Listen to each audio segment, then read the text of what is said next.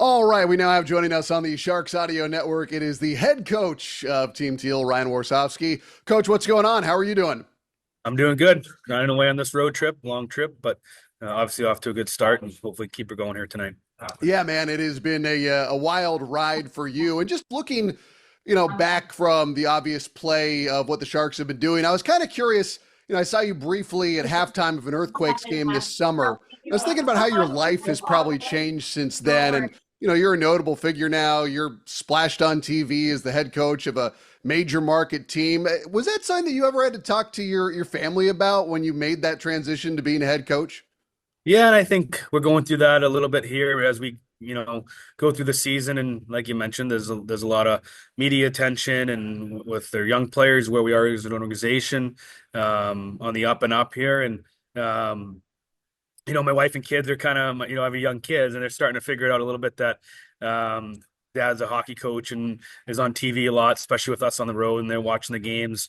But at the same time, I also am dad. And obviously, it comes with the business and comes with, the title that you're going to be criticized, you're going to be praised. And that's the name of this game that we're in. And we all understood. I understood when I signed up for it that there'd be some of those things that would happen along the way, and it's been good. And when you're winning, it's even better.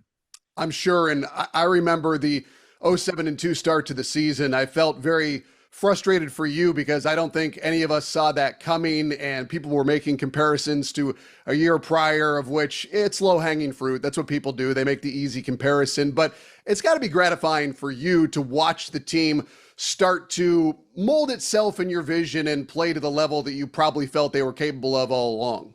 Yeah, that's the biggest thing is we're starting to see our identity, how we need to play the game of hockey, and which is obviously a blue collar, work ethic, competitive team that's making teams go 200 feet on us, and a high puck pressure team. And when we have pucks, we hold on to it and create chaos in the offensive zone.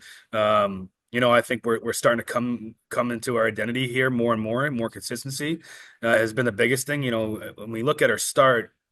If you take the record away and just watch the games, we were playing pretty good hockey. And obviously, the game one, obviously, it's a tough loss, up 4-1. Game two against Anaheim, I liked our game. Then we go on the road trip. We play a good game in Dallas and losing the shootout, I believe. And then it kind of got out of control there a little bit with Chicago and Winnipeg. And then we got right back on and we're playing some good hockey.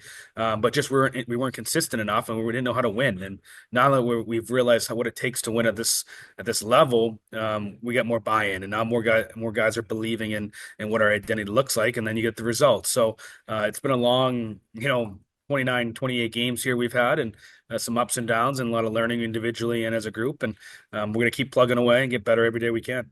The immediate rectifications you guys made were the penalties, of which there was a run there where you guys were taking 5, 6, 7 a game, and then the falling behind early in games. And actually, it culminated in falling behind, I believe, 4-1 to Utah before you guys came roaring back for that first win, which was on my kid's 11th birthday. He was very happy about that one. Memorable.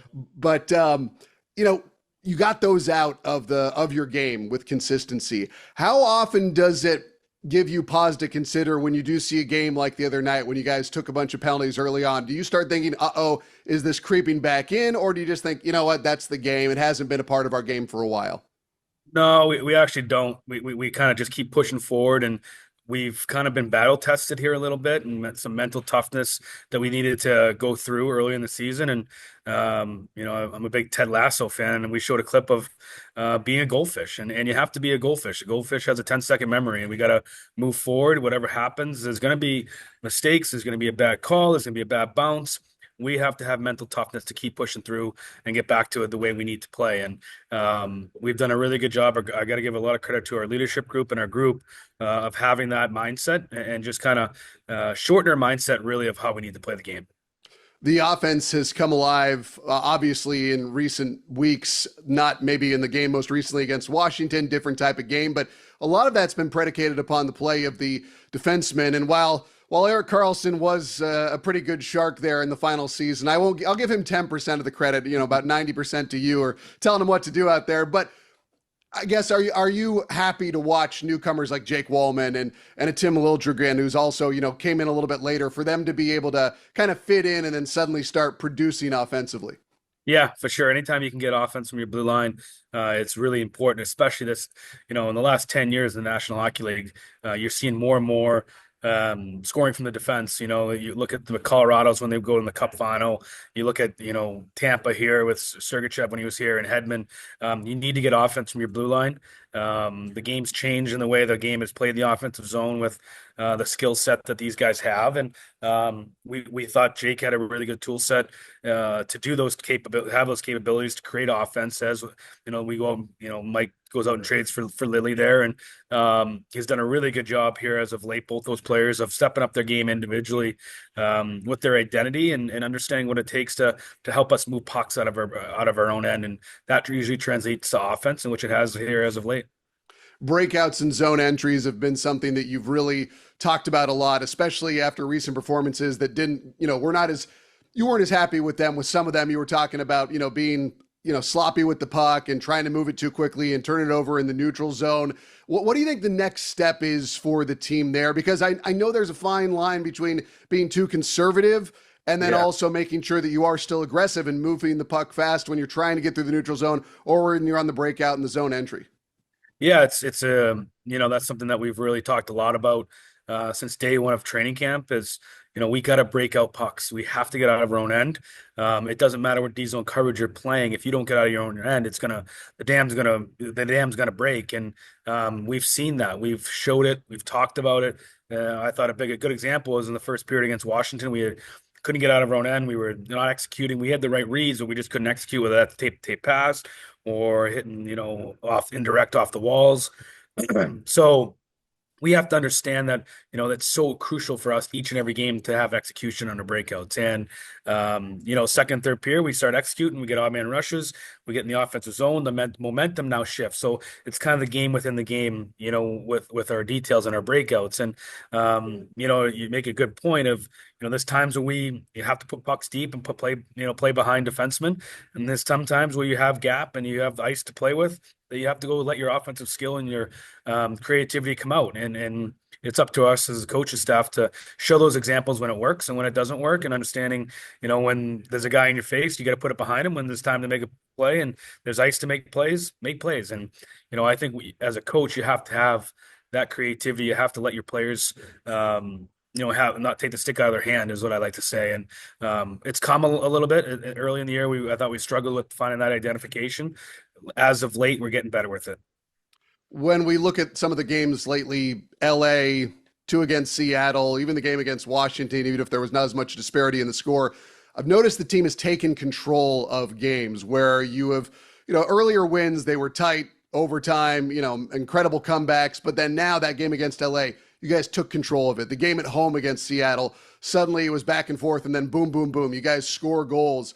In Seattle, it's 1-1, and then you score, multiple goals to give yourself a lead. Or actually, it was 4-0 in that game, I believe. But how pleased are you to see that type of growth, to where when the team has opportunity, they're taking advantage and being able to give themselves a little bit of a buffer? Yeah, for sure. And that's been the big, things, since the beginning of the year of learning how to win and learning how to get on the attack and go get wins and go, try to win the hockey game instead of just trying to play for a tie or keep it close. We're going out to win hockey games. That is our mindset. We're going to be competitive. We're going to come at you with 4 lines and 6 defensemen. No matter what the situation is, we're never going to give up. I give a lot of credit to the guys because they have a great mindset of that we've changed our mindset since that Utah game of getting on the attack on teams. And that's got to be us. It's got to continue to go and be consistent with it as we go here in this tough road trip.